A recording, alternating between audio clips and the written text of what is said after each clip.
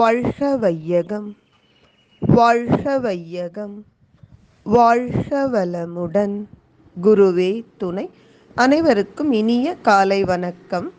அருந்தமிழ் மூதாட்டி ஔவை பாட்டியினுடைய மூதுரை பார்த்து கொண்டிருக்கிறோம். இன்று கவி எண் 11, ஆற்றல் உடையோர்க்கும் ஏற்ற துணை வேண்டும் என்னும் தலைப்பில் அமைந்த கவிதை. பண்டு முளைப்பது அரிசியே ஆனாலும் விண்டு உமி போனால் முளையாதாம், கொண்ட பேராற்றல் உடையார்க்கும் ஆகாது அளவின்றி ஏற்ற கருமம் செயல். பண்டு இந்த சொல்லுக்கு நமக்கு அர்த்தம் தெரியும். மிக நீண்ட காலமாக, முற்காலம்னு சொல்லுவாங்க. ரொம்ப காலமாக, நமக்கே எவ்வளோ காலமாக எது முளைக்கிறது?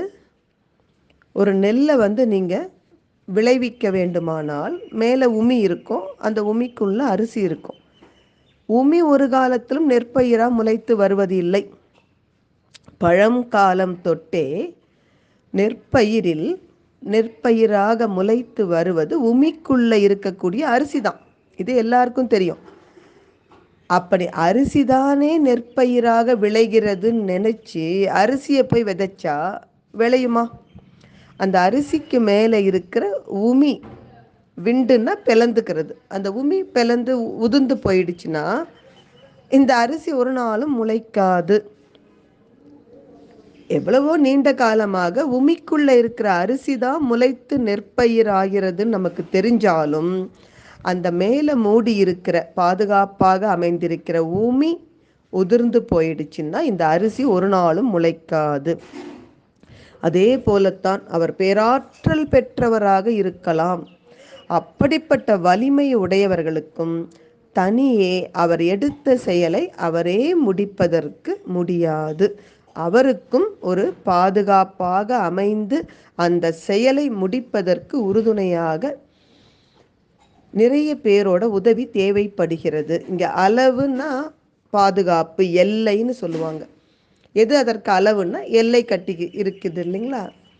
அதுபோல் அளவு இன்றினா அந்த பாதுகாப்பு இன்றி ஒரு பேராற்றல் பெற்றவர்க்கும் அவருக்கு துணையாக பாதுகாப்பாக இருந்து அந்த செயலை அவரோடு தோளோடு தோள் கொடுத்து செய்வதுன்னு சொல்லுவாங்க இல்லையா?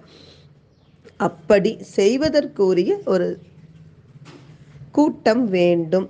அதனால தான் அருட்தந்தை அவர்கள் ஞானிதான்.